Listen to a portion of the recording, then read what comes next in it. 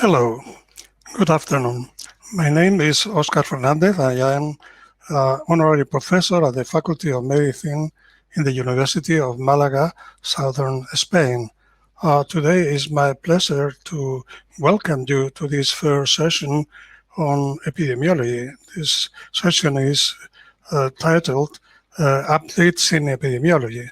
Epidemiology is becoming most interesting discipline because there are many issues around epidemiology in these days. For instance, we are almost to crystallize the concept of prodromal MS, but we just hear from the previous talk of Alberto Asquerio how important is being epidemiology in the causation of multiple sclerosis, and there are several risk factors who are better known today, and maybe in the very next future we will go into preventive therapies. In this session, we will have four renowned speakers, and they will take care of the updates in epidemiology, which is the title of this first session. In the first place, we will have the participation of Jetil Bjornevik, which is a research scientist at the Harvard T.H. Chan School of Public Health in Boston, the USA. His work has focused on identifying new biomarkers and risk factors for multiple sclerosis, ALS, and Parkinson's disease. And his topic will be today methodological bias in epidemiological studies. The second speaker will be Professor Joab Ben Shlomo, Professor of Clinical Epidemiology and Population Health Science from the University of Bristol, the UK. He will talk on investigating the environmental risk factors, the lessons learned from Parkinson's disease. The third talk will be given by Professor Dalia Rothstein, which is a neurologist and assistant professor at the University of Toronto, which has a specialization in multiple sclerosis and demyelinating diseases. And she will lecture on geographical distribution of MS and migration studies.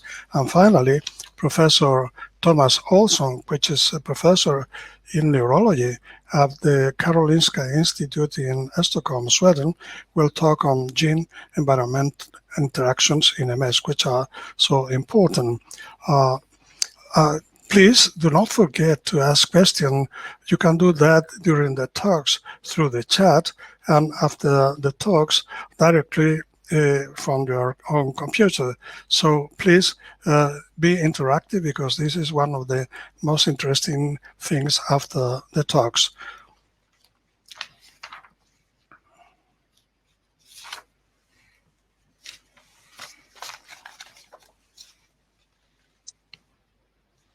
Well, to thank for the invitation to present this talk today, which is on methodological bias in epidemiological studies. I have nothing to disclose. So in this talk, I will talk about what bias is, and then discuss three main sources of bias in epidemiological studies.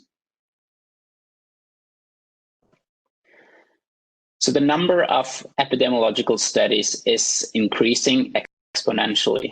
And also for MS, the number of studies published is increasing. However, it can sometimes be challenging or difficult to interpret the results from these studies.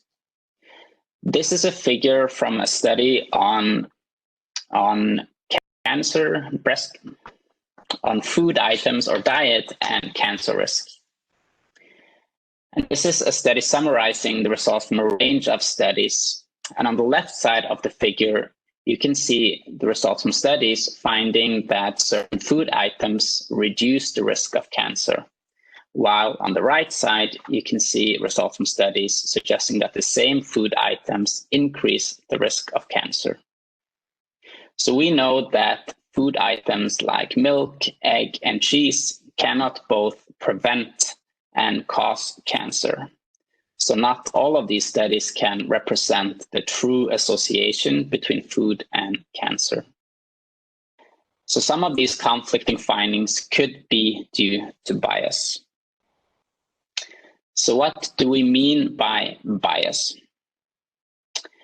Bias is related to the observed result in a study and the true causal unknown effect.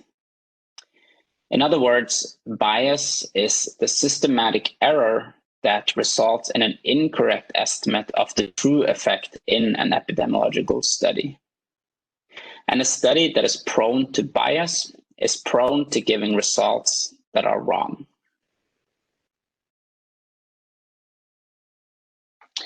So how can bias arise in epidemiological studies? In the literature, there is a range of specific biases that are defined. However, they can be categorized into two main groups of bias. And this is related to lack of exchangeability or comparability or measurement error. And specifically, this includes confounding bias and selection bias in the first group, and measurement bias in the second group.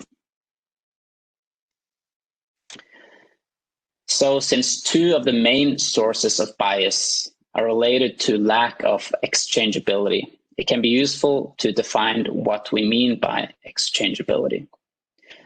So we can imagine a scenario with a person with heart failure.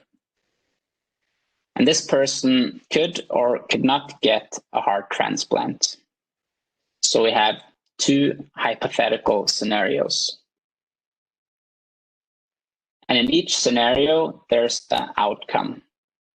So we have, in this case, two potential outcomes, whether the person survived or did not survive.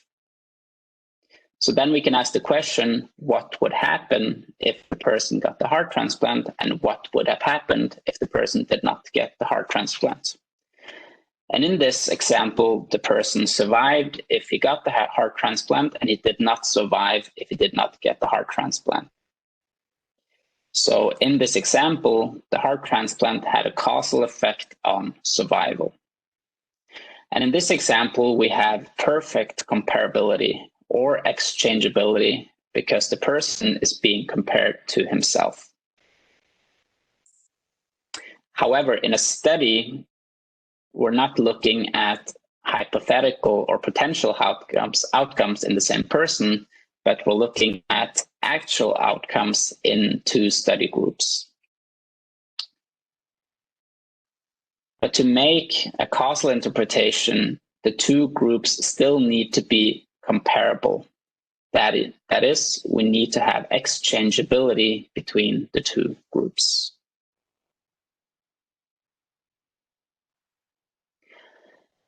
So the first source of bias is confounding bias.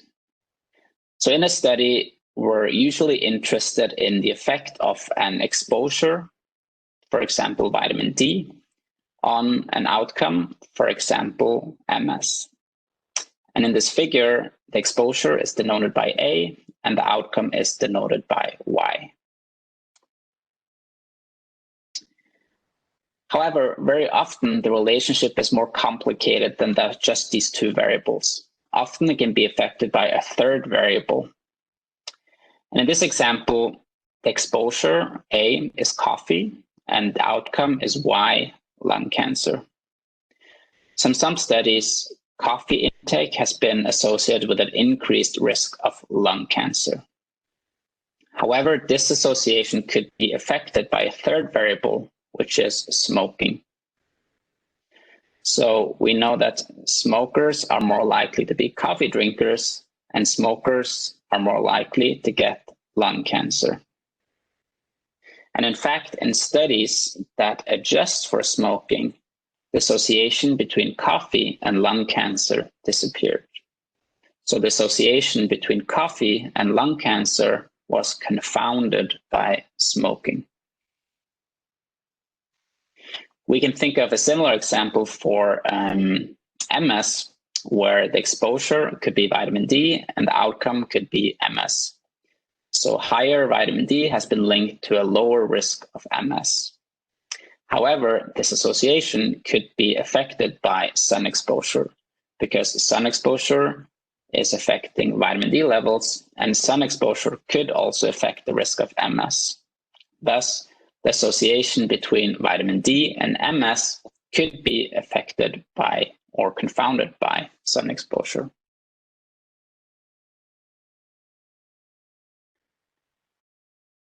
Another example that's related to MS is confounding by disease activity. If information on MS is collected close to MS onset, it can make the results prone to confounding by preclinical disease activity. So we know that disease activity in MS starts years before the first MS symptom, as we shown in a recently published study. And if we collect information in this period, it can make the results prone to confounding by preclinical disease activity. And this is also sometimes referred to as reverse causation. In case control studies, there can also be confounding by clinical disease activity, as cases are included after disease onset. So this figure illustrates this example where we have an exposure, for example, vitamin D, and the outcome, for example, MS, where the confounding factor is disease activity.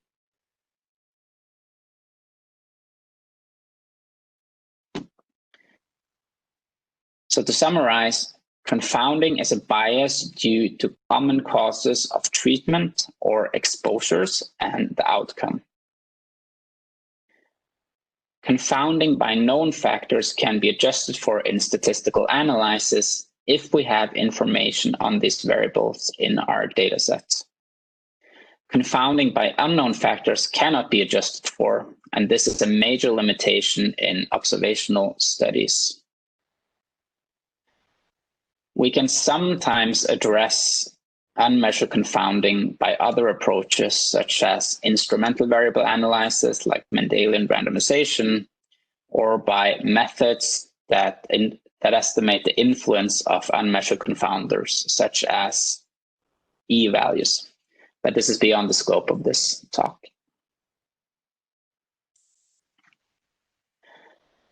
A second common bias is selection bias.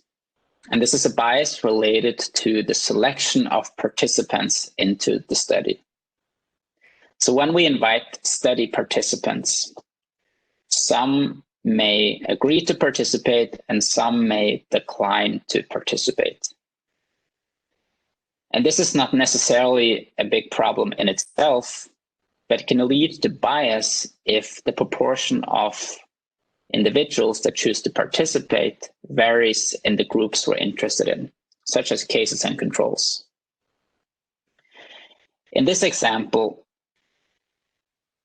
there's a larger proportion of invited cases that choose to participate than the proportion of invited controls.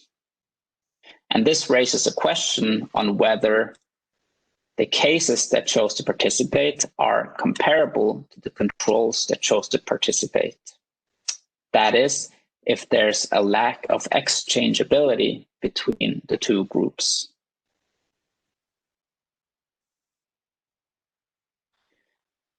So selection bias can occur if there's an association or correlation between the outcome, Y, and the likelihood of being selected in the study, such as we saw in the previous slide, where cases had a higher likelihood of being included in the study.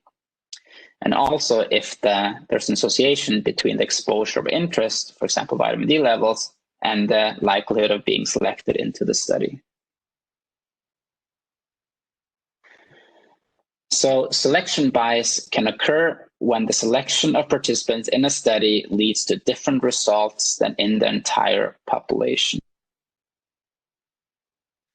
It can occur if the selection of participants results in a control group that is not representative of the population that produced the cases.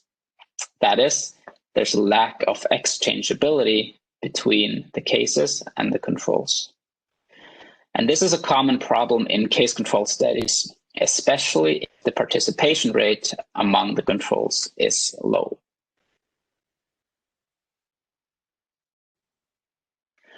A third bias is related to measurement error. It is unlikely that information on all variables in a study is measured perfectly. Thus, the measured values of a variable in our study may be different from the true values of this variable.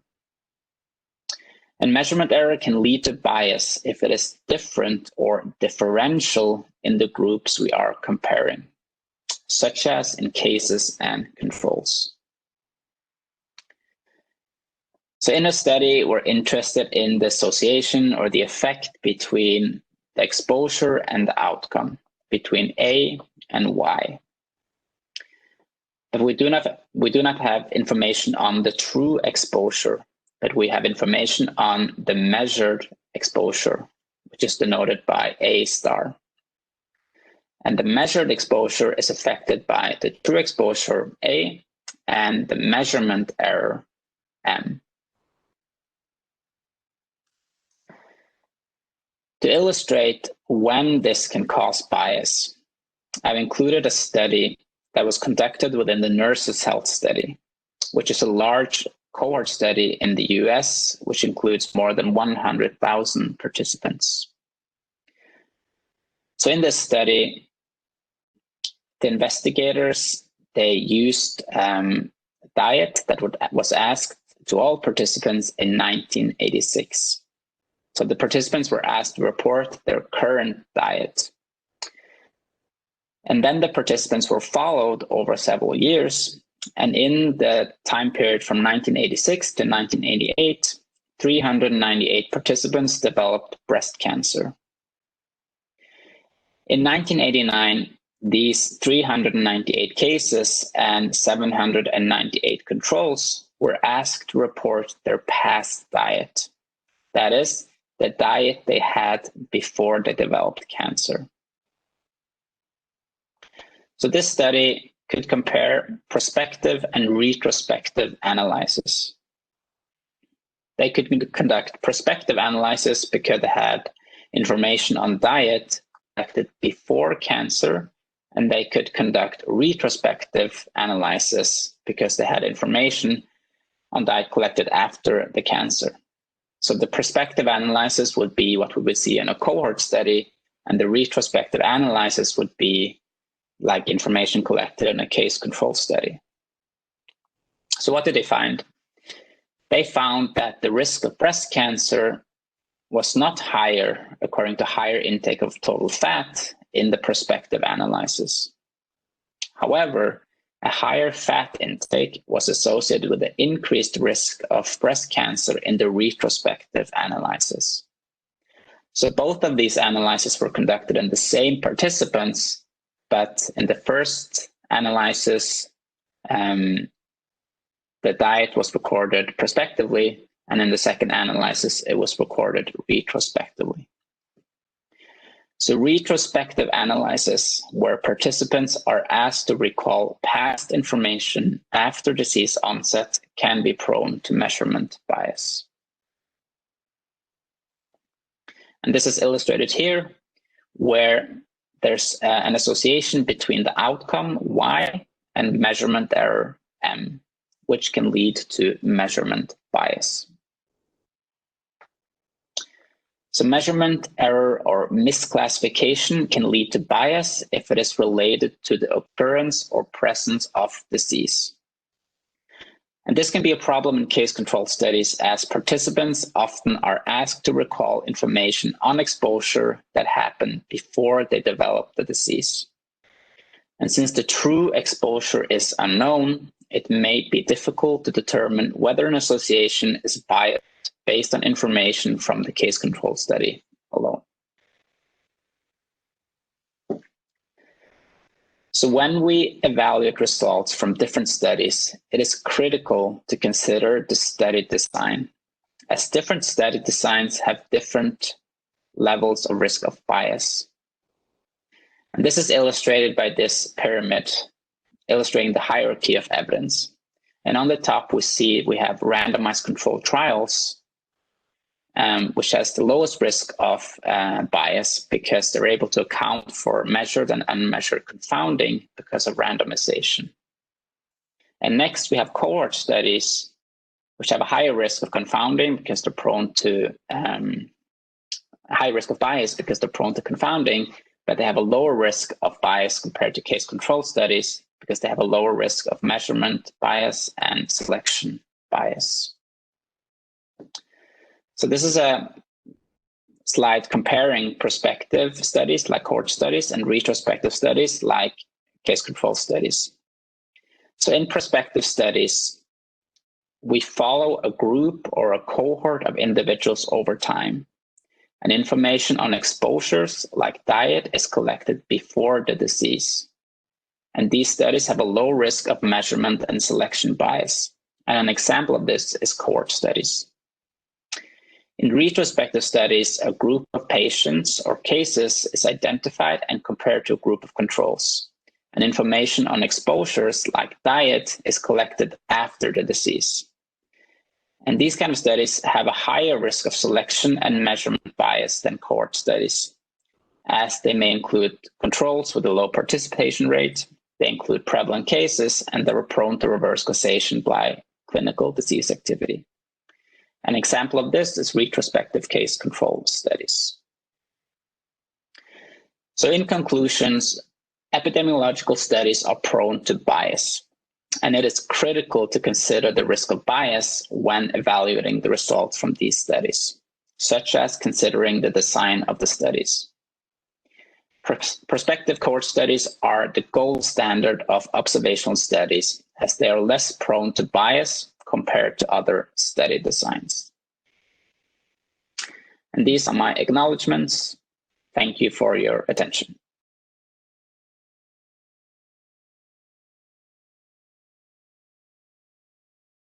Thank you very much for inviting me to talk at this SHARCO meeting. My name is Professor Yoa Ben Shlomo. I'm a professor of clinical epidemiology at the University of Bristol, and my main research interest has been around Parkinson's disease. And I hope some of the topics that I will cover in the next 20 minutes will be both of interest, but potentially relevant to MS epidemiology, either because of similarities or dissimilarities in what we find. So these are the topics I'm going to go through in the next 20 minutes, obviously quite briefly, but discussing what we mean by Parkinson's, when we should be looking for exposures, what are the important exposures identified so far, and how we overcome some of the potential biases in relation to reverse causation or prodromal features.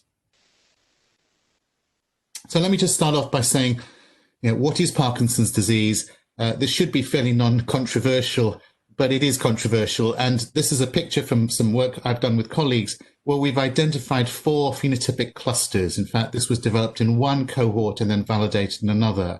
And these clusters, they remain controversial. Not everyone finds the same thing. They're not always replicated in different studies, but they do seem to have some association with both the natural history of the disease and some correlation with biomarkers and genetics. So the reason I raise this is because if Parkinson's is phenotypically heterogeneous, it may also have different etiologies depending on the phenotype. So we may need to be looking for different risk factors for different subgroups if this is true.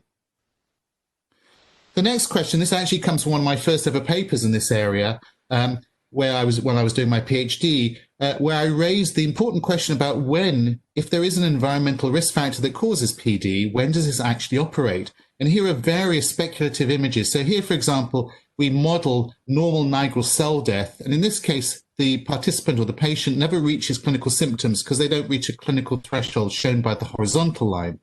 However, all the other cases do get clinical symptoms, but they get it through different routes. So in this example, the patient degenerates normally, but then has an accelerated rate of cell death, reaching clinical symptoms around 90.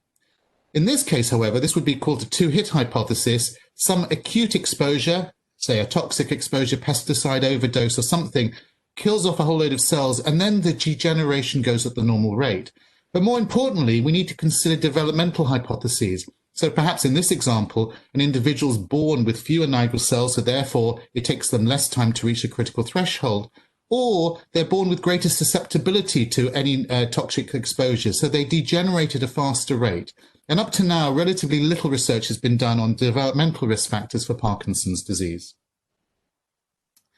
So the other important point is Parkinson's used to be thought of as the classic motor neurological disease because of tremor, rigidity, and gait problems.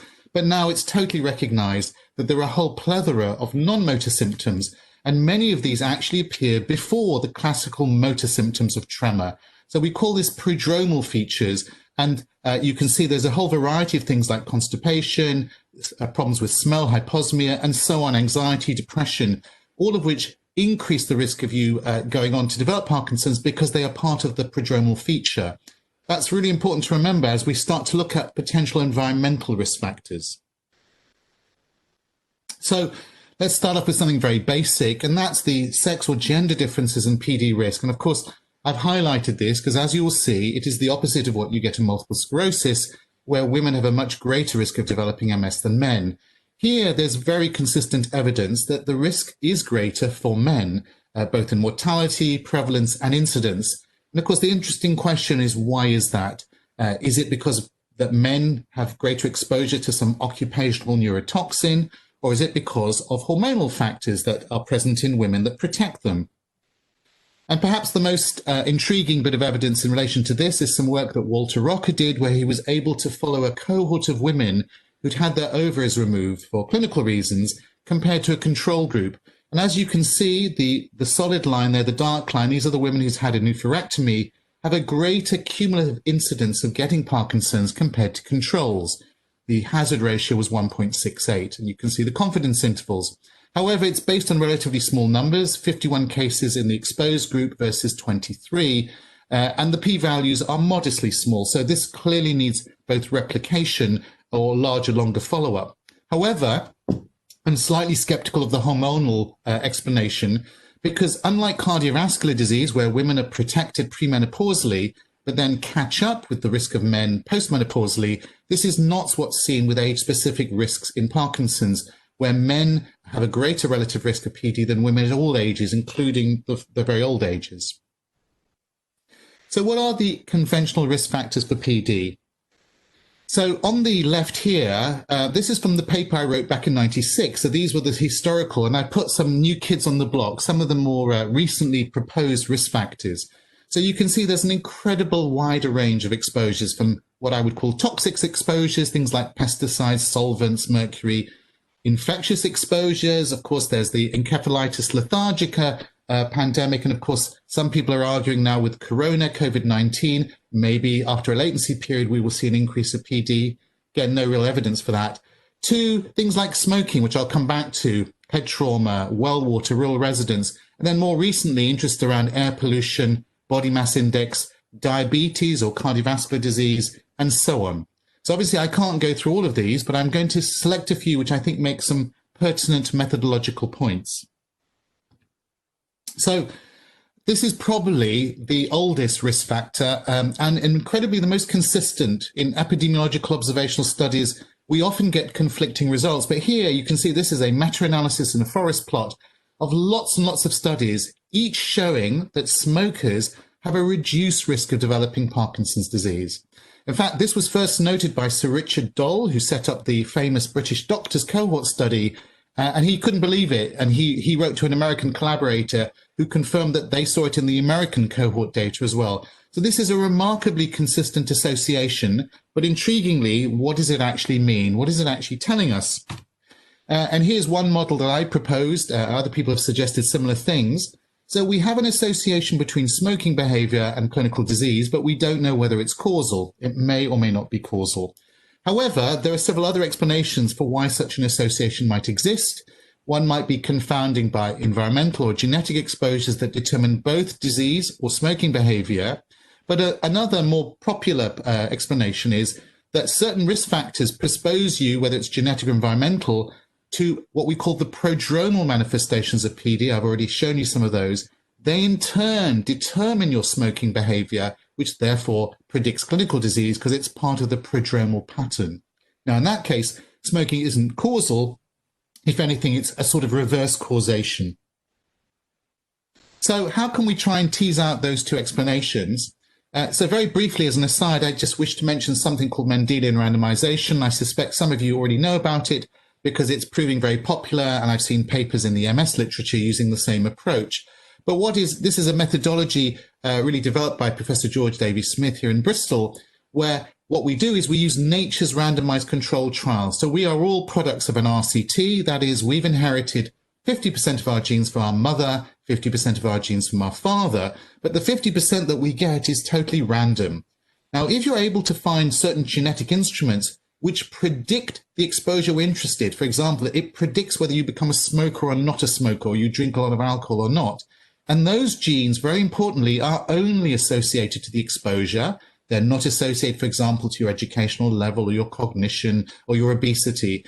Then you avoid the usual problem we observe in epidemiology, that our exposure is usually confounded by other outcomes. And because these are genetic instruments, there's no possibility of reverse causation. So we can use nature's randomized control trial to test some of these hypotheses. So here's a recent paper. This is in bioRxiv, so hasn't been properly peer-reviewed, but from a very good group of researchers, where they've looked at genes. So they're not looking at tobacco use, alcohol, body mass. They're looking at genetic instruments for these exposures, and they're comparing that with the risk of Parkinson's disease. And you've got two very large data sets from 23andMe and the IPDGC, which is a collaboration. And you can see that a genetic risk to predict smoking use is associated with a reduced risk of developing Parkinson's disease, as you would predict if smoking is causally protective of PD.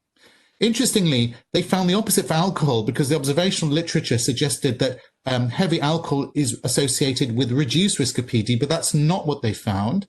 And furthermore, they found genes that predict increased body mass index were again protective for PD, and I'll come back to that. However, before we jump to the conclusion that nicotine replacement or some component of smoking is genuinely protective, there is another as yet unpeer-reviewed bioRxiv recent paper by Mike Niles and his group, very large group, using some of the same data. You can see 23andMe and the IPGGC. However, this bigger analysis failed to find an association. I've cited the key things. They did not find a causal effect on PD risk. However, they did find that the PD genetic risk score had a small but significantly positive causal effect on smoking initiation. So in this case, if you had a risk of getting PD, you were more likely to smoke, which is exactly the opposite of what we observe in the observational data. So this rather muddies the interpretation of the data. And as they point out here, they are rather skeptical that there is any causal effect of smoking in terms of protecting with Parkinson's disease. So let me come back to body mass index. A previous paper by Alistair Noyes and colleagues in PLOS Medicine showed that those people who have the genes that predict higher BMI, and these are very good instrumental genetic instruments, they were protected from getting Parkinson's disease in terms of having a reduced risk ratio. However, having a higher BMI itself is associated with a lot of adverse outcomes, such as diabetes, coronary heart disease, stroke. And so one of the issues is, of course, such people are more likely to die over follow-up from these other competing causes. So what happens is, because most people who develop Parkinson's disease get it in their 70s or 80s, we have a real issue of a survivor bias.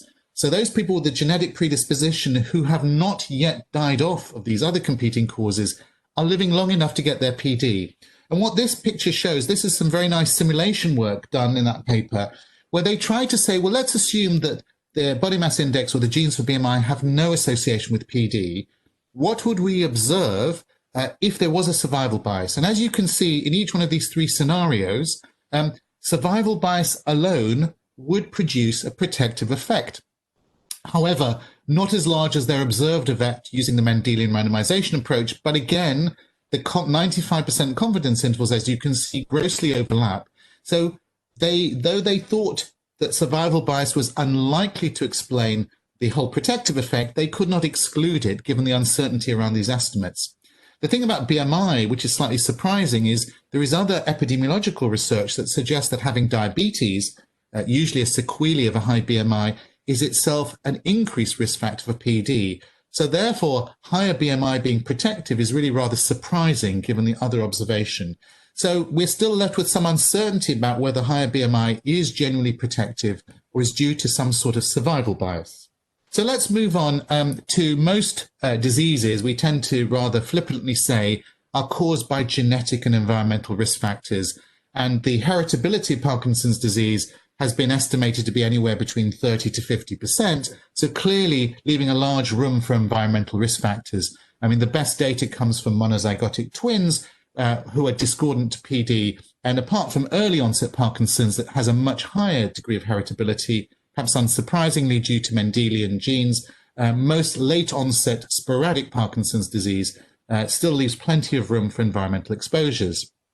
So this recent paper uses the very large UK Biobank, a cohort study of 500,000 UK participants.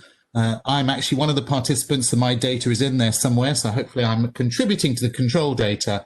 And what they've done here is they've created a genetic risk score for PD, and they've also looked at environmental risk factors. So they can look at gene-environment interactions. In other words, is it the presence of an environmental factor in someone who is genetically susceptible? Something that we would all regard as very plausible. Of course, this study was not designed to look at risk factors for Parkinson's disease. So some of the things we'd like to look at, such as pesticide exposure, simply isn't in the data set. But it's a very large data set, and it's a quite powerful data set. So here, as you can see, are a whole range of risk factors. These are the risk factors that survive a multivariable adjustment. So in other words, conditioning on each other, they still predict. In the earlier analyses, you will see other risk factors that predict at a univariate level, but do not survive into this multivariable model. So not surprisingly, this comes up with the things that we would have predicted. So a family history of Parkinson's more than doubles your risk. Depression increases risk, epilepsy, not drinking alcohol. As I said before, excessive daytime sleepiness, smoking status, family history of dementia. One interesting developmental risk factor, age at menarche for women, was protective. So in this case, starting periods late was protective, which slightly goes against the hormonal hypothesis I mentioned earlier. However, as I said, apart from looking at these risk factors, they were also able to look at the gene-environment interaction. So in other words, was the effect of smoking different if you had a high genetic risk score or a low genetic risk score? And this figure shows the interaction or the potential attributable risk to the interaction. And in fact, none of these risk factors interact with the genetic risk score, except interestingly for diabetes. So what this means here is that in the presence of the genetic risk score, diabetes was less predictive, or if you put it the other way around, if you have a low genetic risk score for Parkinson's, then diabetes was a more important predictor of developing PD. I think this is a really interesting observation. It clearly requires replication. And if it's real, that might be really interesting in terms of pathophysiology. So this is a summary slide by John Ioannidis and group where they reviewed, it's a sort of meta-analysis of meta-analyses, what they call an umbrella review. So they've reviewed only cohort studies, and they've looked at them with great detail for methodological rigor. And they come up with the things that they think are consistently showing an effect. So I just wanted to highlight this because we've got constipation, anxiety or depression. Now, both of these, I think, predict purely because they're prodromal features of the disease, not because they're risk factors. I'm not convinced that treating anxiety or depression would reduce the risk of getting PD. It would obviously help the anxiety and depression, but I do think they're prodromal features. Smoking, as I've said, may or may not be due to reverse causation. And the only other one is physical activity. And again, I'm a little bit skeptical about this because in the dementia literature, there's now quite compelling evidence that being physically active, which appears to be protective, may be due to prodromal features of cognitive impairment, which means you reduce your physical activity. So in fact, it could be that all of these are due to prodromal features of the disease. And as they point out here, evidence is weak, may affect reverse causation, residual confounding, or information bias. So finally, I just wanted to touch upon one risk factor that is clearly very well known and recognized in the multiple sclerosis field, which is vitamin D. So there have been studies looking at the geographical variation of PD to see whether they fit in with the latitude hypothesis. In general, the patterns are not very consistent with that. But I thought I would just raise, this is a Finnish cohort study where they had baseline serum 25 hydroxyvitamin D levels. And as you can see, if you were in the highest quartile, the highest 25% compared to the lowest quartile, your risk of getting PD was 0.35. In other words, a 65% relative reduction in risk. And this was hardly changed at all in the multivariable model where they adjusted for other risk factors. So a really nice dose-response effect suggesting that higher vitamin D protects you. However, I would point out, if you actually look at the number of cases in each of these quartiles, they are really very small, 17, 15, 10, 8. So though it's statistically significant, it's really based on quite small numbers, so one has to be quite cautious. Interestingly, again, there's been a Mendelian randomization looking at genes that determine vitamin D levels. So these are SNPs that are associated with lower vitamin D, and actually they are remarkably null, apart from the last SNP, which suggests a very weak increased risk. So consistent with the hypothesis, but most of the other genes show absolutely no effect. So I suspect the cohort study results will not hold through with larger samples or with different cohorts, but clearly still an area for investigation. So just finally, I can get the slides to move on. So to conclude, both PD and MS are obviously neurodegenerative diseases, but they have some quite marked differences. The obvious ones being the sex distribution, PD more common in men, MS in women, and of course the age patterns. PD is a disease of older people, MS is a disease of young adults, and that has big implications on the epidemiology and the etiology of these diseases. So for PD, we do have issues around survivor bias, showing artifactual associations, and also when we should be looking for exposure. We have a much bigger time window. Of course, the other big issue is they're both relatively rare diseases. PD is more common than MS, but you really do need quite large studies to have enough statistical power, unless you use record linkage methods. Finally, I'm not sure if this is an issue for MS, but for PD, the plethora of prodromal features may themselves determine environmental exposures, which obviously would be misleading if they're secondary to the disease. So again, this is another issue that we have to be very cautious in terms of reverse causation. And ultimately, both diseases need to use triangulation from both observational, MR studies, trials, or natural experiments to try and tease out causality. Thank you very much.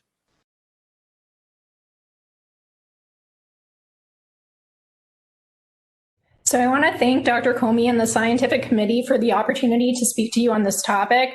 And thank you all for your attention, especially on a Sunday. Here are my disclosures. This research was sponsored in part by the MS Society of Canada and the CMSC. So of course, understanding global distribution has long been a basic subject of human fascination, whether that concerns disease maps, crime, or environmental protection. And when we look at world maps, I think our eyes naturally gravitate to our own country as we try to understand where we stand in relation to the rest of the world and why. And of course, this has become a veritable obsession this year with COVID-19 as we strive to predict the next COVID-19 hotspot. So here is a world map of MS prevalence, and you can see the striking disparities that exist in MS prevalence around the world.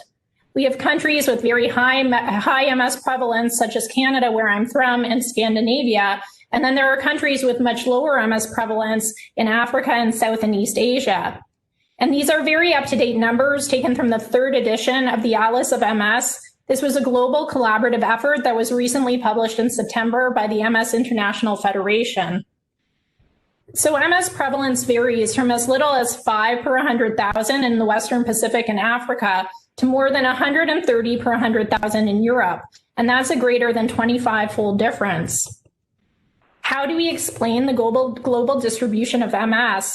Well, one of the longest standing observations was a latitudinal gradient, which refers to the fact that MS prevalence seems to be higher with greater distance from the equator, and this observation goes back to the 1920s.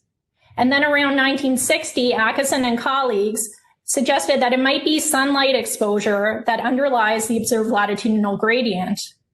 More recently, over the last 20 years, there has been a growing body of evidence to suggest that vitamin D deficiency might underlie the latitudinal gradient, although it remains controversial to what extent sunlight exposure may be an independent risk factor on top of vitamin D status. Another longstanding hypothesis is the hygiene hypothesis. And this refers to the idea that in affluent countries, individuals may have lower exposure to certain infections and other antigens at a young age that are key to priming the immune system. And this hypothesis has never been definitively proven. However, there are studies showing that a greater mean age of primary EBV infection is associated with a higher risk of MS. There are also some notable exceptions to the latitudinal gradient. So for example, Japan is at a relatively high latitude, but has a very low prevalence of MS. And in Sardinia, we observe a high prevalence of MS, and this has been attributed to a genetic founder population effect. Migration studies provide us with a natural experiment. They allow us to observe a single population that moves from one environment to another environment, and we get to see whether that change in environment is associated with a change in MS risk over the course of the lifespan. And another question that arises from migration studies is whether there might be a critical window for environmental exposures leading to MS. So in a moment, I'm going to put up two statements that were long held to be basic axioms of MS epidemiology. And I want you to ask yourselves, to what extent do you think they still hold true today? So firstly, MS is a disease of white Northern Europeans and their descendants. And secondly, immigrants who migrate before age 15 take on the risk of their new country of residence, whereas after age 15, they maintain the risk of their region of origin. But first, a couple of caveats about how we compare world prevalence rates for MS. So two things to keep in mind in terms of limitations. Firstly, that MRI availability is still highly variable around the world, and this introduces an element of detection bias. And secondly, our prevalence estimates are only as good as our sampling methods. And sampling methods also vary widely. So in some countries, we use surveys to calculate prevalence. In other countries, we might use MS national registries. And in others, they rely on centralized claims databases. So let's take a walk through history and look at some early MS migration studies. There's been a long tradition of migration studies in the MS literature that dates back to the early 1960s, when Alter and colleagues looked at this in immigrants to Israel. So they observed a very high risk of MS in immigrants who came from Northern Europe, and a relatively low risk of MS in native Israelis and immigrants from Northern Africa. And this led them to conclude that there must be an environmental factor correlated with latitude behind MS etiology, but they didn't know what that factor might be. Another seminal study was conducted in the early 1970s by Dean and Kurtzky in South Africa. And they observed that immigrants who came from the United Kingdom to South Africa had a much lower risk of MS than those who were born in South Africa. They also looked at the effect of age of migration on MS risk. So they observed that the prevalence was high amongst immigrants from Northern Europe unless they immigrated before the age of 15. And they suggested that further clarification might be achieved if we had more information on the opposite direction of migration, from low risk to high risk MS zones. Stay tuned. They also theorized that the etiology of MS was due to a virus. Well, that has since been disproven.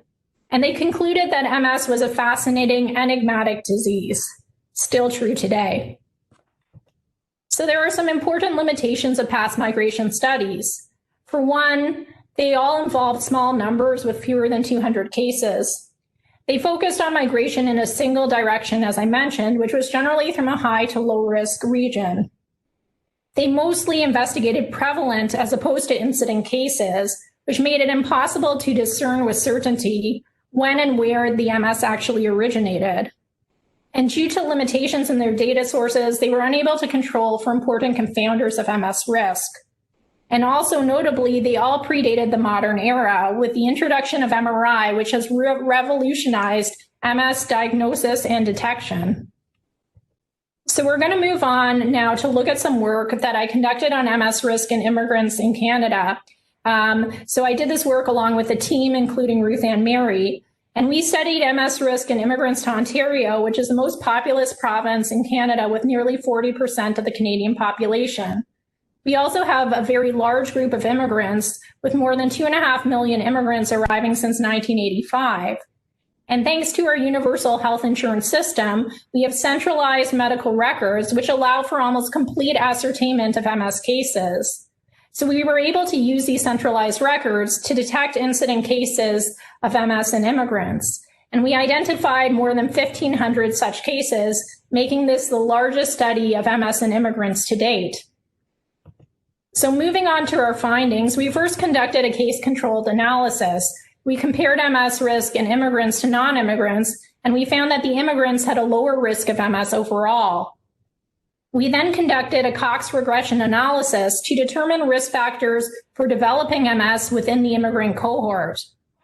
And due to our large sample size, we were able to model age as a categorical variable as opposed to a dichotomous variable around age 15 as had been done in the past. And we observed that MS risk gradually declined with the age at landing, as opposed to there being a steep drop-off after age 15, as has been observed in previous studies.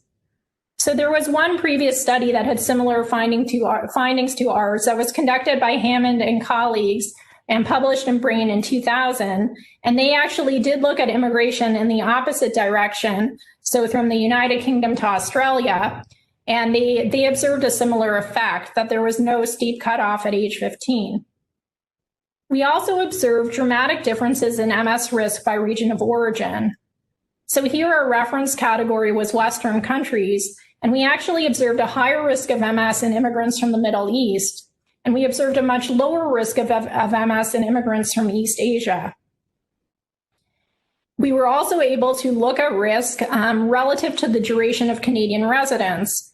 And we observed that risk increased with longer residence in Canada. And lastly, we were able to confirm traditional risk factors for MS, such as female gender and comorbidity burden. We went on to break down risk of MS by country of origin. Here, the reference category was the United Kingdom, and we can see a higher risk of MS in immigrants from Iran, Lebanon, the former Yugoslavia, and the United States, and a lower risk of MS in immigrants from countries in Southeast Asia and from China. And a similar study was conducted in Norway in 2015. Here they looked at prevalent MS cases, but they had similar results. So they saw a relatively high prevalence of MS in immigrants from countries in Northern Europe, as well as from the former Yugoslavia and Iran. And I think these results beg the question, when we observe a high rate of MS in immigrants from countries that don't seem to follow the latitudinal gradient, how do we explain that? And there are a few possibilities. So one could be gene-environment interactions. If we have a population that has a high rate of polymorphisms in a vitamin D regulation gene, for example, that may only be fully expressed when they are exposed to an environment that is relatively deficient in sunlight and vitamin D. Another observation is that some of these countries were former conflict zones. So could there be toxic exposures, or could there be physical or psychological trauma that influence the risk of MS later in life? And I think that warrants further investigation. So we'll move on now to look at another large population-based study of MS in immigrants that was conducted in Denmark and published recently in Brain in 2019. And in this study, they similarly looked at MS incident cases. They identified cases both in first-generation and second-generation immigrants. And their findings overall were similar to ours. So they observed a lower risk of MS in the immigrants, but they also saw that risk was highly variable depending on the region of origin. Now, when they looked at risk of MS relative to age and migration, they did see a relatively greater drop-off in risk with migration after age 15. But they cut age in a dichotomous manner around age 15, as you can see here. They conducted another analysis in which they modeled age as a continuous variable. And in that analysis, they did not see a decisive role of age 15, but rather risk of MS was sustained with migration into early adulthood. And this is another table from the same paper. They investigated duration of stay in Denmark as a potential risk factor. There, they did not see a significant effect. So that is in contrast to our findings, but they had a relatively smaller sample size. And I think a natural question arises. So when we look at immigrants who develop MS, how are they unique in critical ways from the rest of the immigrant population? And we saw in our analysis that comorbidity burden was identified as one risk factor. And we decided to investigate this further by assessing individual comorbidities at the point of MS diagnosis. And this was work that's not yet published, but was presented recently at MS Virtual 2020. So you can see that some of the individual comorbidities were much more prevalent in the immigrants who developed MS: COPD, diabetes, ischemic heart disease, a couple of neurologic conditions, and mood disorders. So we know that these conditions are also associated with disease course in those with established MS. And I think this is important information for clinicians to be aware of these, try to identify them early on, because early treatment may mitigate long-term worse outcomes in MS. Now we're going to move on to look at studies of second-generation immigrants. And I think these studies are very important. We haven't yet conducted this analysis in Canada, but there have been several such studies in Scandinavian countries, in Denmark, Norway, and Sweden. And essentially, if we see a high jump in MS risk from the first to the second generation of immigrants, we can conclude a primary role of environmental factors in MS etiology because the genetic load is relatively constant across a single generation. We also might infer that environmental exposures from the earliest possible point, so at conception and during in utero development, may be very important. And I think these are very interesting results. So across these studies, they did observe a much higher risk of MS in the second generation immigrants. And notably, they saw an even greater jump in certain groups of immigrants.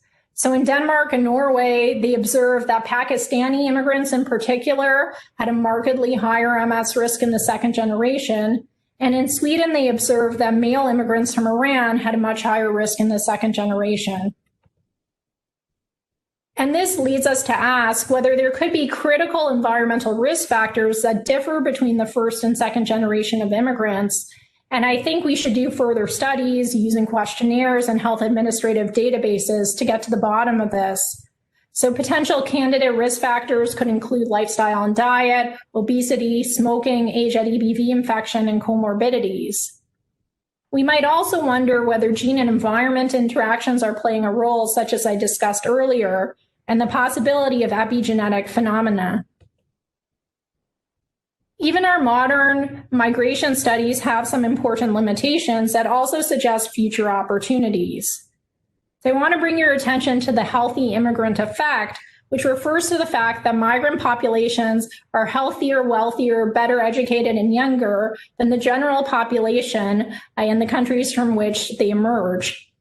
And that means that if we're going to directly compare the MS risk in migrant populations with their home countries, we need to control for these risk factors.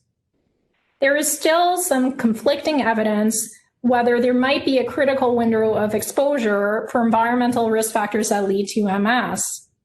And one possibility is that this window may in fact differ by the geographic region and also the key environmental risk factors at play in that region, and this warrants further investigation. In our modern immigrant studies, we were able to control for some confounders of MS risk, but not all, due to limitations in our data sources.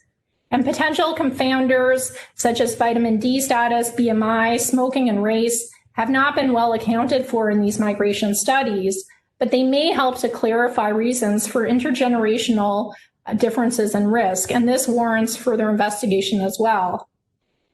And lastly, MS genetic and epigenetic studies could be very illuminating, and I think they would be a worthwhile pursuit for the future. So in conclusion, we have seen that migration studies reinforce a primary role of environmental factors in MS etiology. We know that certain geographic regions are associated with a much higher MS risk. Definitively, MS occurs and is actually quite common in non-white populations, particularly when they are exposed to these high-risk environments. The greatest risk is seen with childhood, adolescent, and perhaps in utero exposure to these environmental risk factors. But these risk factors likely continue to exert some influence into adulthood. And there is important work still to be done. because known risk factors for MS do not fully explain the dramatic disparities in MS risk that we observe across the globe. So I want to acknowledge my collaborators and my funding sources, and thank you for your attention. Hello, everybody. I'm Thomas Olsson from Karolinska Institute. I'm a neurologist and have done research in MS for many years. And I'm happy to be invited to this very important meeting around environmental factors in MS. And I have been given the title Gene-Environment Interactions in MS. So if we start with a little bit of genetics, the area of genetics in MS has expanded dramatically the last 10-15 years.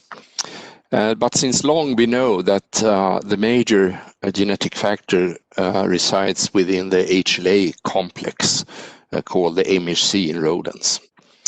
Recently also there has been a mapping of more than 200 non-HLA MHC genes. They have less influence per gene, but are still important. But I will not address those today. So if we start with HLA, in fact, this genetic association has been known since early 70s. But still, the pathogenic action is not fully clear and debated, though experimental data favors that differences in peptide binding can dispose, perhaps for autoimmune peptides CNS-directed. And it's a strong influence. There is an odds ratio of around 3 for this particular gene variant. The other major gene in the HLA complex is the HLA-A2, which has protective association with an odds ratio of 0.6.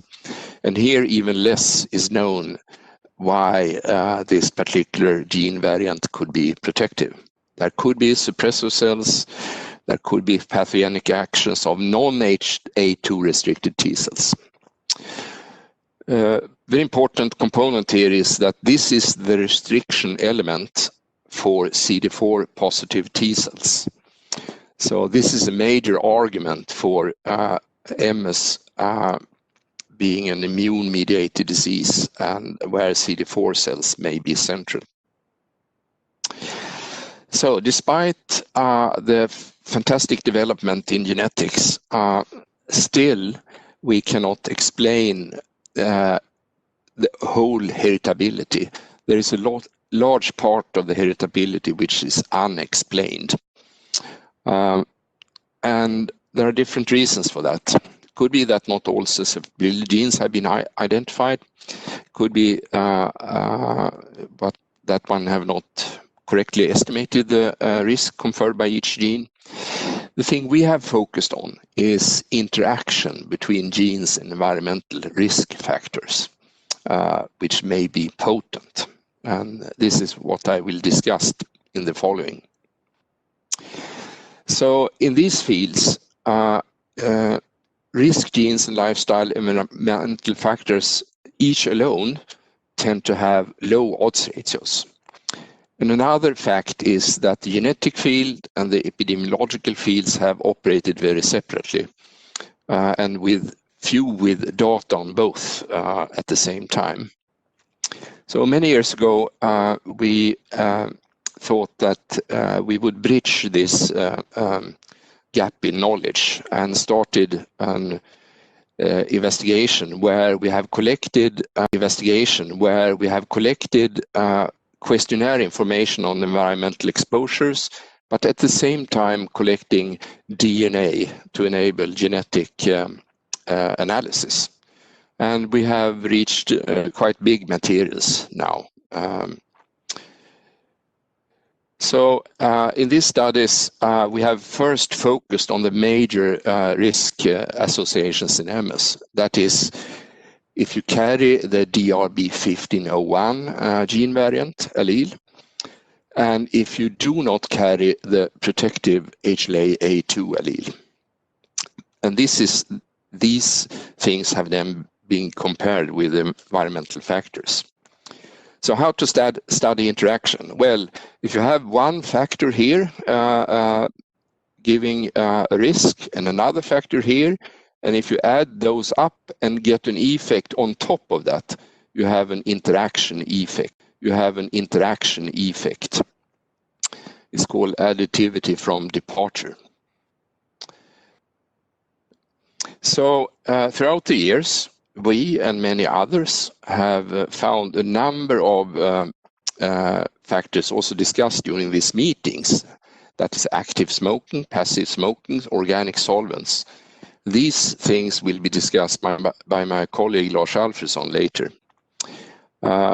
It's also known that Epstein-Barr virus infection plays a role, or could play a role, and low sun exposure is another factor. Finally, obesity, and even things like night shift work and even concussion may increase the risk. In my talk, I will focus mainly on obesity and Epstein-Barr virus. An interesting thing here is that very many of these factors have strong interactions with HLA genes. And HLA genes are immune genes, and to us that suggests that these environmental factors, just as genetic factors, have an immune component. You may reach quite big odds ratios. You can get risk increases of like 14-fold or 16-fold if you carry the wrong genetic setup with regard to HLA genes. These tend to act before the age of 20. There are also some protective factors like oral tobacco, which is commonly used in Sweden, and thus it's not really the smoke, but perhaps not the nicotine, but the smoke and the affection of the lungs that may be important. So then the overall conclusions we have from these lifestyle environmental factors is that each of them have modest influences, odds ratios of around 1.5 to 2. They act during adolescence, early adulthood, such as Epstein-Barr virus, obesity, brain concussion, disturbed diurnal rhythm.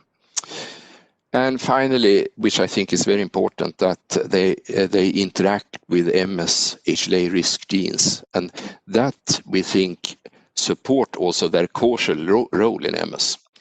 And with the interaction with HLA, one can argue that they act on the immune system.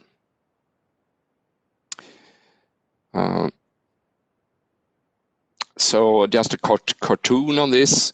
We have all these risk factors that acts on the immune system somehow, and which may then finally lead to the scenario we have in the brain with inflammation and axon damage and myelin damage. Some protective factors, even alcohol and nicotine. So you should sit on the beach with a glass of wine and get some sun exposure that might be protective. So I then focus on two different factors out of all of these, and I start with obesity. So there was a publication 2009 from Munger et al. We could replicate that and see that it occurred also in men, not only women. And there are observations from pediatric MS as well. And there are several reports in other inflammatory diseases that obesity may be a risk factor. So this is a combined material with an almost linear increase of the risk to get MS with increased BMI. And it starts quite early here, at also at levels of 23 to 25. This is combined material with data from California and in Sweden. So how about the interaction? Well, here you can see the risk increase in blue with the different combinations of HLA DR1501 and A2.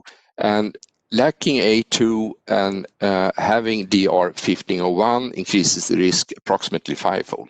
But look here, what happens if you are obese, BMI over 27?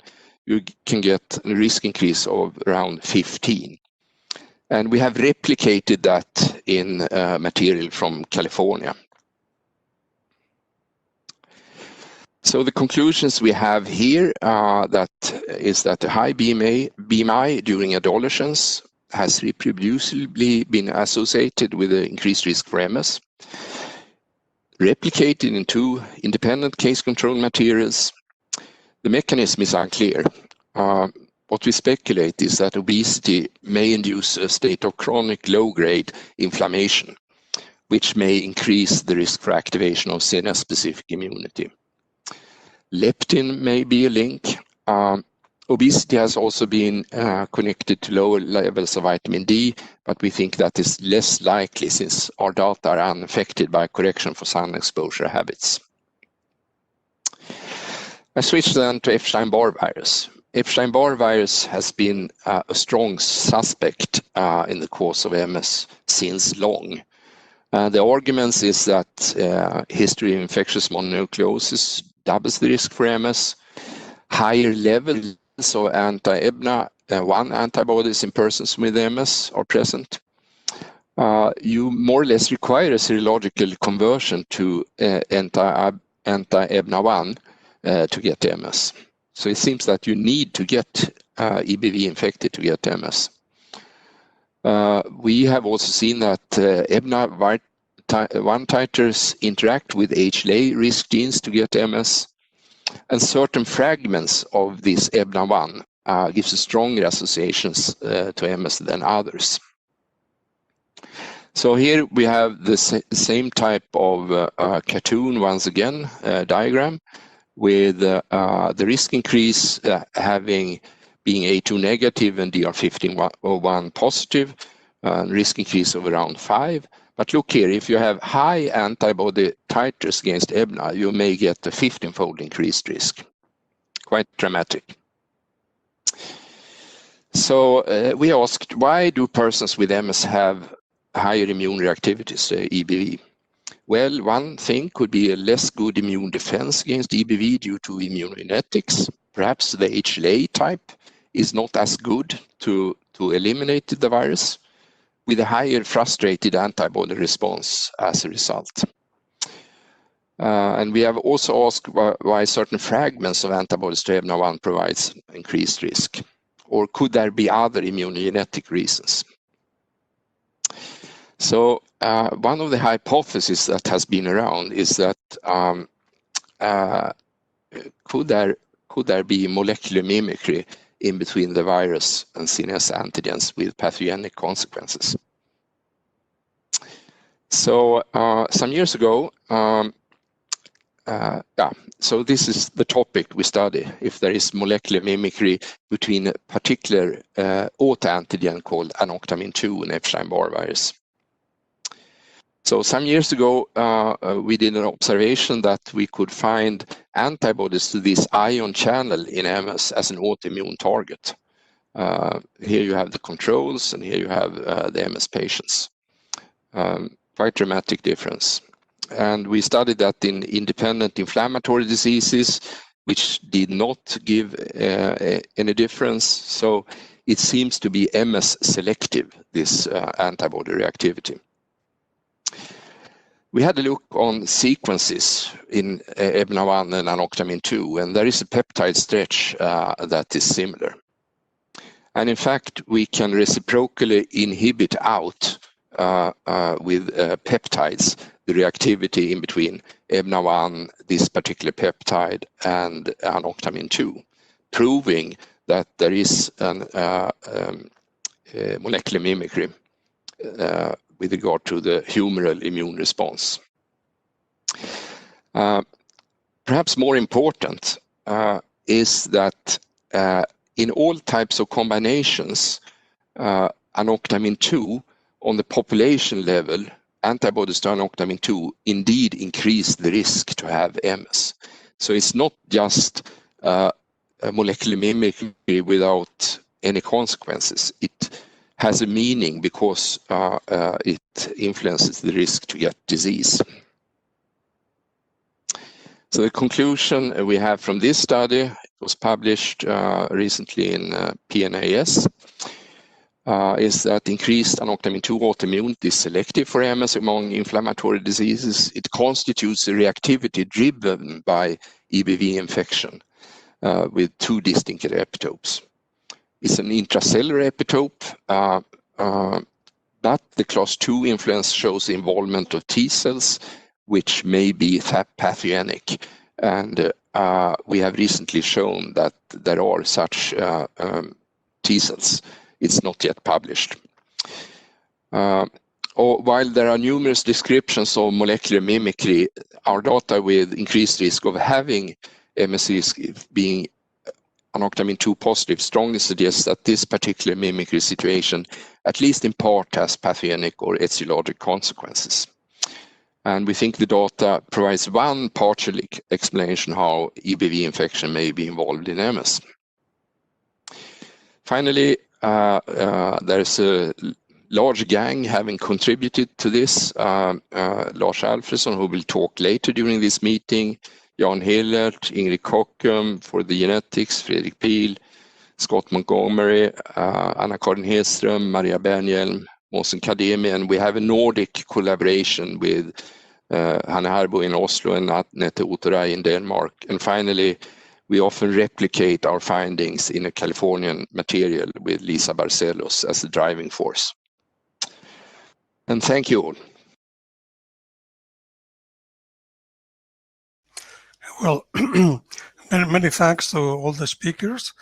We have now time for questions and answers. We'll have around 10 to 12 minutes.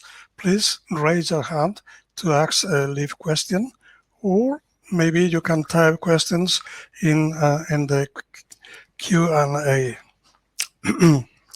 Well, first of all, I want to thank the speaker for their very interesting presentations. I will start just making a question before we get any other questions from the public, from the participants. Kjetil Bjornevik, your presentation, well, somebody congratulates you for your presentation because you explained for him or her the bias in an understandable manner. My question goes in the opposite direction. I am a clinician, I am a neurologist, and we know bias, but not in such a deep knowledge as you presented to us today. And I would like to ask you how to prevent somehow this bias, because we are exposed to read many papers, and it is being more and more difficult for not really epidemiological expert to understand whether the results are to be trusted or not. Are there any clues from your field, your very specific field, to help clinicians to read papers which go in deep into epidemiology, for instance, in this time of real-world evidence?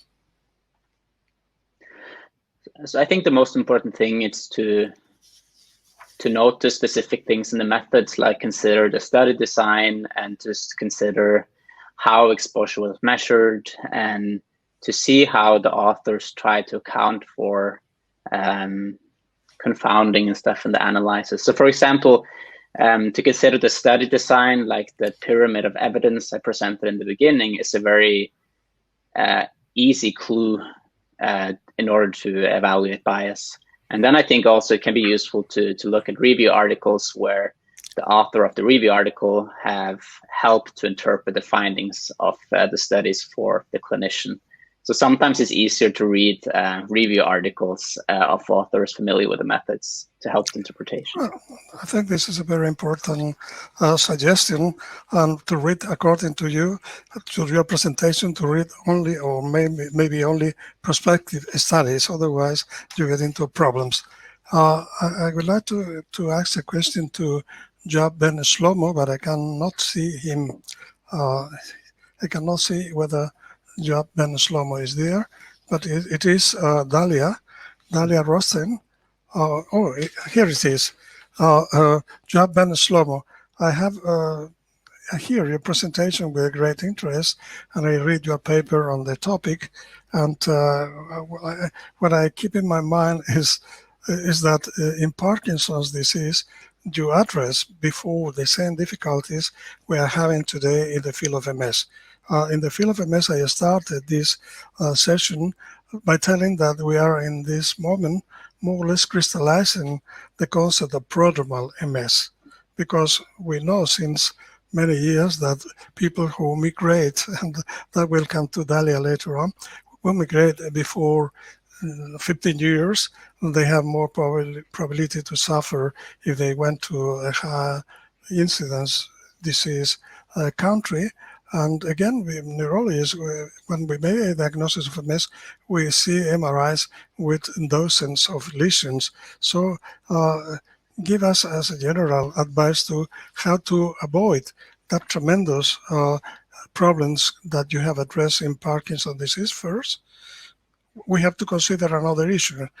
Another issue is that in a recent paper, 19% of patients were misdiagnosed as suffering from MS. That's another thing that has to be addressed. But do you have any general advice, again, as how to address the literature in this difficult field? Well, ideally, you'd have some training in epidemiology, but obviously most people don't have time to. Most people haven't got the time to do that, especially if they're busy clinicians. They haven't got time to go on a course. In general, I totally agree with what was said about the hierarchy of evidence, though I wouldn't want people to go away. I got the impression that case controls were sort of rather slammed as being almost a waste of time. And of course, there are more limitations, but it depends on what you're looking at. So for example, in genetic epidemiology, where the exposure is a gene which cannot change, which can be measured well, the problems of recall bias aren't the same issue. So there are examples, or for example, when the exposure is based on records, for example, medications, where you have objective records of the medication people took, then nested case control studies can be very powerful. And they're often done more and more. We find studies that use routine administrative databases. So for example, in the United Kingdom, we have very large pharmacoepidemiological databases from primary care, from general practitioners, where if you're looking at things like drugs, those are well recorded, and you can therefore do things like nested case control studies. There are other problems. There's things called immortal time bias. There are other biases if you misanalyze the data. So you do have to be wary, but again, if the work's been done by a good methodological group in a high impact journal, it's probably been well reviewed, and hopefully it should have addressed those in the discussion section of the paper. Well, okay. As you mentioned, most neurologists, most clinicians, do we have some training in epidemiology, but very superficial. And then another question to you: how do you consider these new studies involving thousands of patients with data coming from everywhere in the world? And how you consider that? Because we read with very interest all these papers, but we have many doubts at the time to interpreting those studies. So I think where you have large collaborative studies where you pull data across many countries, they can be very interesting. That there are also, again, issues. One case where it's very valuable is we've heard a lot about confounding, which is a problem with any observation. It can also be a problem with trials as well if the trial is badly done.